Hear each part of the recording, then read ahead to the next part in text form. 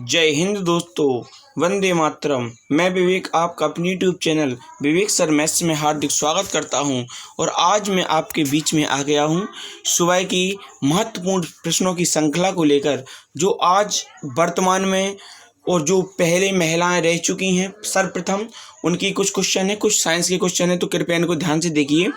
ये आपका चैनल रहा विवेक सर मैथ्स, आप इसको सब्सक्राइब कर लीजिए, वीडियो को लाइक कर दीजिए।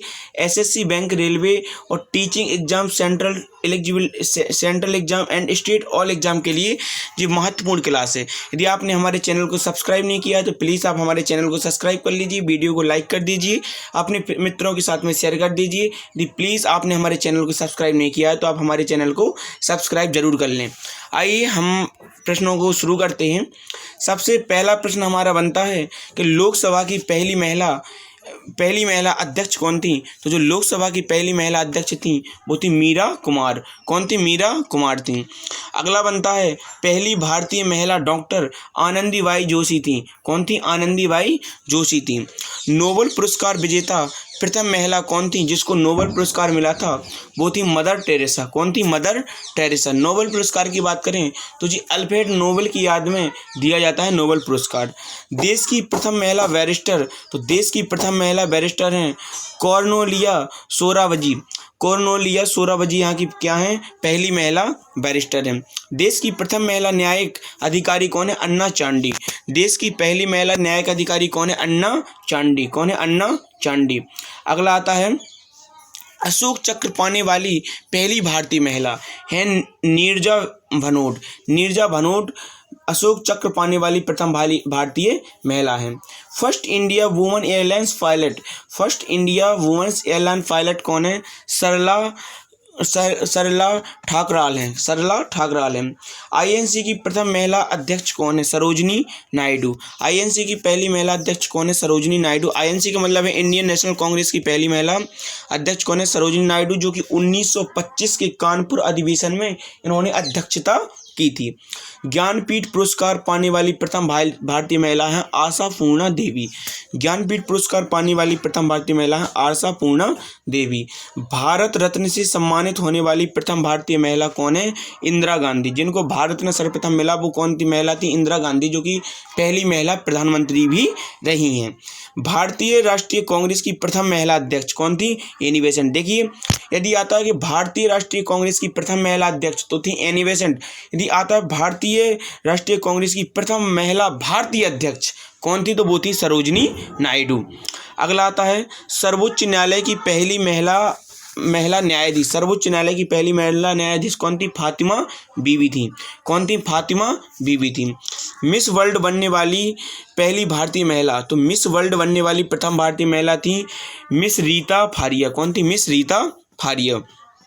इंग्लिश चैनल में तैरने वाली पहली भारतीय महिला कौन थी? आरती शाह।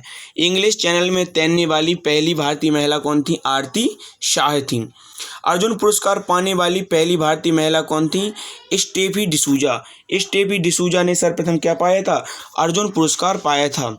अगला आता है साहित्य अकादमी सम्मान पाने वाली प्रथम भारतीय महिला है अमृता प्रीतम। अमृता प्रीतम क्या है? प्रथम भारतीय महिला है। अगला आता है ऑस्कर पुरस्कार पाने वाली पहली भारतीय महिला थी भानु अथैया। इनने क्या जीता था? ऑस्कर अवार्ड जीता था। अगला आता है अंतर्राष्ट्रीय बुकर पुरस्कार प्राप्त करने वाली प्रथम अभिनेत्री हैं, तो अभिनेत्री का नाम था नरगिस दत्त। कौन थी? नरगिस दत्त थी। नरगिस दत्त थी जी। हमने जो अभी तक देखा है जी प्रथम भारतीय महिला जो थी उनके बारे में जाना, लेकिन अब हम कुछ स्टैटिक जीके के महत्वपूर्ण प्रश्नों को देखते हैं, जिनमें से पहला प्रश्न आता है कि हमारी आकाशगंगा का नाम क्या है? तो इसको हम लोग बोलते हैं मिल्की या दुग्ध मेखला के नाम से जानते हैं। भारतीय मरुस्थल का क्या नाम है? तो आपको पता है भारतीय मरुस्थल का थार नाम है। और कंप्यूटर का पिता किसे कहा जाता है? तो कंप्यूटर के पिता चार्ल्स बेबेज को कंप्यूटर का पिता कहा जाता है। गोबर गैस में मुख्य रूप से क्या पाया जाता है? तो पता है आपको कि गोबर गैस में मीथेन गैस पाई जाती है, जिसका सूत्र होता है CH4। CH4 होता है। क्वेश्चन बनता है कि जब जानवर जुगाली करते हैं तो कौन सी गैस छोड़ते हैं? वो मीथेन गैस छोड़ते हैं। अगला क्वेश्चन आता है कि काजीरंगा राष्ट्रीय अभयारण्य किस राज्य में है? तो काजीरंगा राष्ट्रीय अभयारण्य कहाँ पर है? काजीरंगा है असम में। काजीरंगा, मानस, डिब्रू सैखोवा, रायमोना, दिहिंग पटकाई, ये कहाँ पर है? सारे जो हमने आपको लिस्ट बनवाई है ये है असम में। अगला प्रश्न आता है कि भारत का सर्वोच्च सम्मान का नाम क्या है? तो भारत के सर्वोच्च सम्मान का नाम क्या है? भारत रत्न है। भारत का शेक्सपियर किसे कहा जाता है? भारत का शेक्सपियर कालिदास को कहा जाता है। अंतरिक्ष में जाने वाले प्रथम भारतीय व्यक्ति कौन थे? यूरी गागरिन थे। अंतरिक्ष में जाने वाले प्रथम भारतीय व्यक्ति कौन थे? यूरी गागरिन थे। कौन सी धातु बिजली की सबसे अधिक सुचालक है? तो जो सबसे अधिक सुचालक का नाम क्या है? बिजली की सबसे अधिक सुचालक कौन है? चांदी। बिजली की सबसे अधिक सुचालक धातु का नाम क्या है? चांदी। बिजली की सबसे अधिक सुचालक धातु का नाम क्या है? चांदी है। आगे आता है कि पृथ्वी अपनी धुरी पर किस दिशा में घूमती है? तो पृथ्वी अपनी धुरी से पश्चिम से पूर्व की ओर घूमती है। अंतरिक्ष में जाने वाले प्रथम भारतीय कौन है? राकेश शर्मा जी हैं जो अंतरिक्ष में जाने वाले प्रथम भारतीय हैं।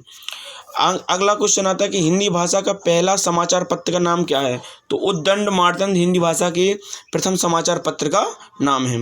भारत के अंतिम गवर्नर जनरल कौन है? सी राजा गोपालाचार्य अंतिम गवर्नर जनरल है। कौन है? सी राजा गोपालाचार्य।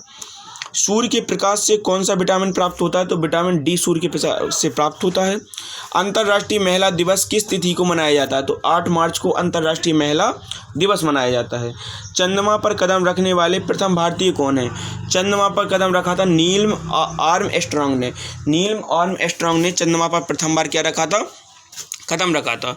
मादा एनाफिलीज मच्छर के काटने से कौन सा रोग होता है? तो मादा एनाफिलीज मच्छर के काटने से कौन सा रोग होता है?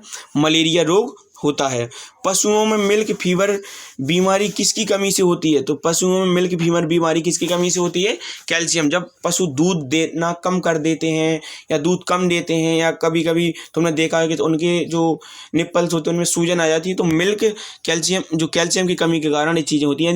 यदि आपने हमारे चैनल को सब्सक्राइब नहीं किया है, वीडियो को लाइक नहीं किया है, तो प्लीज़ सब्सक्राइब कर दीजिए। आप हमें यूट्यूब पर, फेसबुक पर और इंस्टाग्राम, टेलीग्राम और आप हमें कहीं भी देख सकते हैं। वीडियो को लाइक, सब्सक्राइब और लिंक को शेयर करिए। बहुत बहुत धन्यवाद। अगला प्रश्न आता है, अब सामान्य ज्ञान के कुछ महत्वपूर्ण प्रश्नों की ओर नज़र डालते हैं, क्योंकि ये कुछ अलग टाइप के ही हमने क्वेश्चनों को डिजाइन किया है। जैसे अंत सागरीय भूकंपों द्वारा उत्पन्न समुद्री लहरों को क्या कहा जाता है? तो क्या कहा जाता है? अंत सागरीय भूकंपों द्वारा उत्पन्न समुद्री लहरों को क्या कहा जाता है? सुनामी कहा जाता है। पंजाब में भक्ति आंदोलन का जनक किसे माना जाता है? तो पंजाब में भक्ति आंदोलन का जनक गुरु नानक को माना जाता है। जो भक्ति आंदोलन था पंजाब में, सिख धर्म के गुरु हैं गुरु नानक, इनको ही माना जाता है। धरातलीय भूकंपों में तरंगें किसके आकार की होती हैं? जो धरातलीय भूकंप आते हैं उनमें जो तरंगें होती हैं वो एल आकार की होती हैं। किसके आकार की होती हैं? ABCD की एल आकार की होती हैं। महाराष्ट्र में भक्ति संप्रदाय किसकी शिक्षाओं द्वारा फैला हुआ है? तो भक्ति संप्रदाय संत ज्ञानेश्वर द्वारा फैला हुआ है। संत ज्ञानेश्वर द्वारा फैला हुआ है। अगला प्रश्न आता है कि रिएक्टर स्केल से किसकी तीव्रता मापी जाती है? रिएक्टर स्केल से भूकंप की तीव्रता मापी जाती है। तो रिएक्टर पैमाना होता है, इससे किसकी तीव्रता मापी जाती है? भूकंप की तीव्रता मापी जाती है। कबीर की मृत्यु कहाँ हुई थी? तो कबीर की मृत्यु हुई थी मगहर, संत कबीर नगर जो डिस्ट्रिक्ट उत्तर प्रदेश का, यहाँ पर हुई थी मगहर में। अगला आता है कि विश्व के सबसे अधिक भूकंप किस पेटी में आते हैं? तो विश्व के सबसे अधिक भूकंप कहाँ आते हैं? परिप्रशांत महासागरीय पेटी में आते हैं। विश्व के सबसे अधिक जो भूकंप आते हैं वो परिप्रशांत महासागरीय पेटी में आते हैं, उसी में का भाग पड़ता है जापान। इसलिए विश्व के सबसे ज़्यादा भूकंप किस देश में आते हैं? जापान में आते हैं। कबीर का जन्म कहाँ हुआ था? तो कबीर का जन्म हुआ था लहरतारा तालाब के निकट काशी में। जो बनारस है, लहरतारा तालाब के निकट काशी में हुआ था। मृत्यु मगहर संत कबीर नगर उत्तर प्रदेश में हुई थी। अगला प्रश्न बनता है कि सुनामी किस भाषा का शब्द है? तो सुनामी जापानी भाषा का शब्द है। अगला प्रश्न आता है कि भक्ति आंदोलन के प्रतिपादक कौन है? जो भक्ति आंदोलन के प्रतिपादक हैं वो है रामानुजाचार्य हैं। आपको रामानुजाचार्य के बारे में बताना कि आखिर जी किसके गुरु थे। किस स्थान पर भूकंप की उत्पत्ति होती है? तो उसे क्या कहा जाता है? तो उसे कहते हैं भूकंप मूल कहते हैं, क्योंकि मूल माने होती है जड़। तो जहाँ से भूकंप की उत्पत्ति होती है उसको हम लोग क्या कहते हैं? भूकंप मूल कहते हैं। अगला प्रश्न बनता है कि भूकंप में तेज गति से आने वाली तरंग का औसत वेग कितना होता है? तो भूकंप से तेज गति से आने वाली तरंग का औसत वेग होता है 8 मीटर प्रति सेकंड स्क्वायर। 8 मीटर प्रति सेकंड स्क्वायर होता है। अगला प्रश्न बनता है कि हाइड्रोजन की खोज किसने की थी? तो हाइड्रोजन की खोज की थी कैविडिस ने हाइड्रोजन की खोज की थी। चंगबादड़ किस वर्ग में रखा जाता है? तो चंगबादड़ स्तनधारी वर्ग में रखा जाता है। चंगबादड़ का प्रश्न बहुत ज़्यादा आता है कि चंगबादड़ को किस वर्ग में रखा जाता है? तो चंगबादड़ को स्तनधारी वर्ग में रखा जाता है। किस मिट्टी का स्थानीय नाम रेगुर है? तो काली मिट्टी का स्थानीय नाम क्या होता है? रेगुर मिट्टी होता है। जीवों के द्विनाम पद्धति के जन्मदाता कौन थे? तो जो कैरोलस लिनियस थे, जीवों की द्विनाम पद्धति के जन्मदाता थे। खरीफ की फसल कब बोई जाती है? तो खरीफ की फसल जून जुलाई में बोई जाती है। खरीफ की फसल कब बोई जाती है? जून जुलाई में, जिसमें आपके उड़द आता है, तिलहन आती है, मूंगफली आती है, और जो जून जुलाई की समथिंग फसलें बोई जाती हैं वो सारी फसलें खरीफ की फसल होती हैं। अगला आता है कि फाउंटेन पेन का आविष्कार किसने किया था? फाउंटेन पेन का आविष्कार किया था वाटरमैन ने। फाउंटेन पेन का आविष्कार किसने किया था? वाटरमैन ने किया था। निकोटीन पदार्थ किस पौधे में पाया जाता है? तो निकोटीन पदार्थ किसमें पाया जाता है? तंबाकू में निकोटीन पाया जाता है। चेचक के टीके का आविष्कार किसने किया था? एडवर्ड जेनर ने चेचक के टीके का आविष्कार किया था। एडवर्ड जेनर ने चेचक के टीके का क्या किया था? आविष्कार किया था। अगला प्रश्न बनता है कि जो पेनिसिलिन का आविष्कार, जो पेनिसिलिन का इंजेक्शन होता है, किसने आविष्कार किया था? अलेक्जेंडर फ्लेमिंग ने पेनिसिलिन के इंजेक्शन का क्या किया था? आविष्कार किया था। सापेक्षता के सिद्धांत की खोज किसने की थी? तो सापेक्षता के सिद्धांत की खोज किसने की थी? आइंस्टीन ने सापेक्षता के सिद्धांत की खोज की थी। गेहूं के दाने में पाई जाने वाली प्रोटीन को कहते हैं? जो ग्लूटेलिन होते हैं, एक गेहूं के दाने में पाई जाती है। गेहूं के दाने में पाई जाने वाली प्रोटीन का नाम था ग्लूटेलिन प्रोटीन था। वनस्पति तेल के हाइड्रोजनीकरण में प्रयुक्त उत्प्रेरक है निकेल। क्या है? निकेल है। एक्स किरणों का आविष्कार किसने किया था? तो एक्स किरणों का आविष्कार किसने किया था? रोंटगेन ने एक्स किरणों का क्या किया था? आविष्कार किया था। एक्स किरणों का आविष्कार किसने किया था? रोंटगेन ने एक्स किरणों का क्या किया था? आविष्कार किया था। ऑटो हॉर्न किस आविष्कार से संबंधित है? जो ऑटो हॉर्न, इन्होंने नाभिकीय विखंडन का आविष्कार किया था। ऑटो हॉर्न ने नाभिकीय विखंडन का आविष्कार किया था। अगला आता है कि हृदय की धड़कनों को अंकित करने वाला उपकरण है। तो कार्डियोग्राफी है, जो हृदय की धड़कनों को क्या करता है? अंकित करता है। कि आखिर आपने देखा होगा, अस्पतालों में गए होंगे, जो रेशियो टाइप का चलता है अर्थशास्त्र इकोनॉमी जैसा, उसी को हम लोग कार्डियोग्राफ बोलते हैं। पोमोलॉजी में किसका अध्ययन किया जाता है? तो पोमोलॉजी में फलों का अध्ययन किया जाता है। वायुमंडल के दाब में होने वाली परिवर्तन को मापते हैं। जो वायुमंडल के दाब में होने वाला परिवर्तन को किसको नापते हैं? बैरोग्राफ द्वारा मापते हैं। न्यूट्रॉन तथा प्रोटॉन की संख्या के योगफल को क्या कहते हैं? द्रव्यमान संख्या कहते हैं। न्यूट्रॉन प्लस प्रोटॉन के योग को क्या कहते हैं? द्रव्यमान संख्या कहते हैं। क्या कहते हैं? जो मास नंबर होता है, इसको क्या कहते हैं? न्यूट्रॉन प्लस प्रोटॉन की संख्या को मास नंबर कहते हैं। अगला, यदि आपने हमारे चैनल को लाइक नहीं किया, सब्सक्राइब नहीं किया, वीडियो को लाइक नहीं किया, शेयर नहीं किया है, तो प्लीज़ ज़रूर कर दें। आपके साथ में ऐसे ही क्वेश्चन के बने रहने के लिए आपके लिए ये चैनल अति आवश्यक है, क्योंकि यदि आपको किसी भी सर्विस में जीएस में पूरे नंबर पाना है तो आप हमारे बीच में जुड़िए, आपके पूरे नंबर आएंगे। अगला प्रश्न बनता है, भूकंप की दृष्टि से कौन सबसे खतरनाक सागर है? प्रशांत सागर है भूकंप की दृष्टि, क्योंकि यहाँ पर सबसे ज़्यादा भूकंप आते हैं। भक्ति आंदोलन को दक्षिण भारत से लाकर उत्तर भारत प्रचारित करने वाले व्यक्ति थे? रामानंद थे। कौन थे? रामानंद थे। अब आप हमें कमेंट करके बताइएगा कि आखिरकार रामानंद किसके गुरु थे। अगला प्रश्न आता है कि प्रशांत महासागर के कितना प्रतिशत भूकंप क्षेत्र को अग्नि वलय कहा जाता है? तो जो 68% क्षेत्र है प्रशांत महासागर के, इसको क्या कहा जाता है? अग्नि वलय कहा जाता है। अगला प्रश्न बनता है कि भूकंप यंत्र के अनुसार एक वर्ष में सामान्यतः कितने बार भूकंप आते हैं? तो 8000 से 10,000 बार आते हैं। जो रिएक्टर पैमाना है, इसके अनुसार भूकंप 8000 से 10,000 बार आते हैं। अगला प्रश्न बनता है कि सुनामी के आने का मुख्य कारण क्या होता है? तो सुनामी के आने का मुख्य कारण क्या होता है? भूकंप। क्योंकि जब भूकंप आएगा तो समुद्र में लहरें आएंगी, और लहरें आएंगी तो क्या आएगी? सुनामी आएगी। अगला आता है कि कबीर के गुरु कौन थे? रामानंद कबीर के गुरु थे। रामानंद किसके गुरु थे? कबीर के गुरु थे। भूकंप की कौन सी घटना धरातल पर घटित नहीं होती बल्कि जल में? तो हमने आपको बताया कि सुनामी कहाँ पर आएगी? हिलोरें कहाँ पर आएंगी? समुद्र में आती हैं। अगला प्रश्न आता है कि भूकंप तरंगों को मापने के लिए किसका प्रयोग किया जाता है? तो सिस्मोग्राफ होता है, इसके लिए भूकंप किया जाता है। और भूकंप के लिए किसका किया जाता है, सिस्मोग्राफ का किया जाता है। धरातल पर जहां सर्वप्रथम भूकंप का अनुभव होता है उस स्थान को कहते हैं भूकंप अधिकेंद्र कहते हैं। रिएक्टर पैमाने के अतिरिक्त अन्य किस पैमाने पर भूकंप की तीव्रता मापी जाती है, तो मरकेली पैमाने पर भी भूकंप की तीव्रता को क्या किया जाता है, मापा जाता है। अगला प्रश्न आता है कि एग्जाम के लिए अति महत्वपूर्ण प्रश्न, इनको तो बिल्कुल रट्टा मान लेना जी, इतिहास के महत्वपूर्ण प्रश्न है। यदि आपने इन प्रश्नों को रट्टा मान लिया तो सोच लीजिएगा कोई 1 से 2 प्रश्न जरूर मिलेंगे, क्योंकि ये महत्वपूर्ण युद्ध हैं। 1331 मुगल साम्राज्य की स्थापना कब, जो मुगल साम्राज्य की स्थापना थी जी, कब की थी, 1526 में। आइए हम आपको 1526 के युद्ध की इतिहास बताते हैं। बाबर और जो इब्राहिम लोदी के बीच में एक युद्ध होता है जिसको पानीपत के युद्ध बोलते हैं, जो कि 1526 ईस्वी में हुआ था।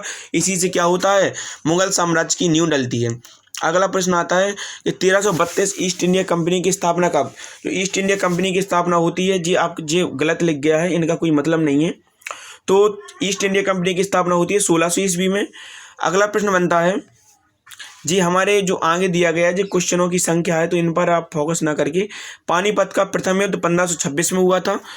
बक्सर का युद्ध कब होता है, 1764 में होता है। चंद्रमा पृथ्वी का एकमात्र उपग्रह का नाम क्या है, चंद्रमा है। सबसे अधिक उपग्रह किसके, शनि के। और अर्थशास्त्र के जनक एडम स्मिथ हैं। अब कोई कहता है कि आधुनिक अर्थशास्त्र के जनक एडम स्मिथ हैं, और कोई कहता है अर्थशास्त्र पुस्तक किसने लिखी, तो चाणक्य, कौटिल्य, विष्णुगुप्त ने लिखी है। चीन की राजधानी क्या है, तो चीन की राजधानी कहाँ पर है, चीन की राजधानी शंघाई नहीं, बीजिंग है। कंप्यूटर जी की गलती है, उन्होंने जो क्वेश्चन गलत टाइप कर दिए हैं। किस युद्ध के बाद अशोक का हृदय परिवर्तन, तो कलिंग युद्ध के बाद हुआ था। कलिंग उड़ीसा में पड़ता है। चाय का सर्वाधिक उत्पादक देश कौन है, चाइना। चाय का सर्वाधिक उत्पादक देश कौन है, चाइना है। देखिए एसएससी में बार बार पूछे गए प्रश्न हैं जो हमने आपको साइंस से लिए गए हैं, तो आपको बताना है। सबसे हल्की धातु होती है लिथियम, सबसे भारी धातु होती है आर्सेनियम, सबसे कठोर धातु होती है प्लेटिनियम, सबसे कठोर पदार्थ होता है हीरा। अगला बनता है सबसे उत्तम होता है कोयला की प्रजाति होती है जिसको एंथ्रासाइड बोलते हैं। जल का शुद्ध रूप होता है जिसको वर्षा जल बोलते हैं। अगला आता है कि मार्स गैस कहते हैं मीथेन को, मार्स गैस कहते हैं। नोबल गैस हीलियम को कहते हैं। विद्युत धारा मापी कहते हैं अमीटर से। पारा का प्रमुख अयस्क क्या होता है, सिनेबार पारा का मुख्य अयस्क होता है। टेलीविजन का आविष्कार किसने किया था, तो टेलीविजन का आविष्कार जी.एल. वेड ने टेलीविजन का आविष्कार किया था। फ्रेंड्स, यदि आपने हमारे चैनल को सब्सक्राइब नहीं किया है, वीडियो को लाइक नहीं किया है, शेयर नहीं किया है, तो प्लीज़ आप हमारे चैनल को सब्सक्राइब कर दें, वीडियो को लाइक कर दें, शेयर कर दें, जिससे आपके पास हमारे वीडियो पहुँचते रहें। चलिए, थैंक्स फॉर वॉचिंग मी। आप वीडियो को पूरा देखें जिससे आपको अधिक से अधिक नॉलेज हो। चलिए, बहुत बहुत धन्यवाद।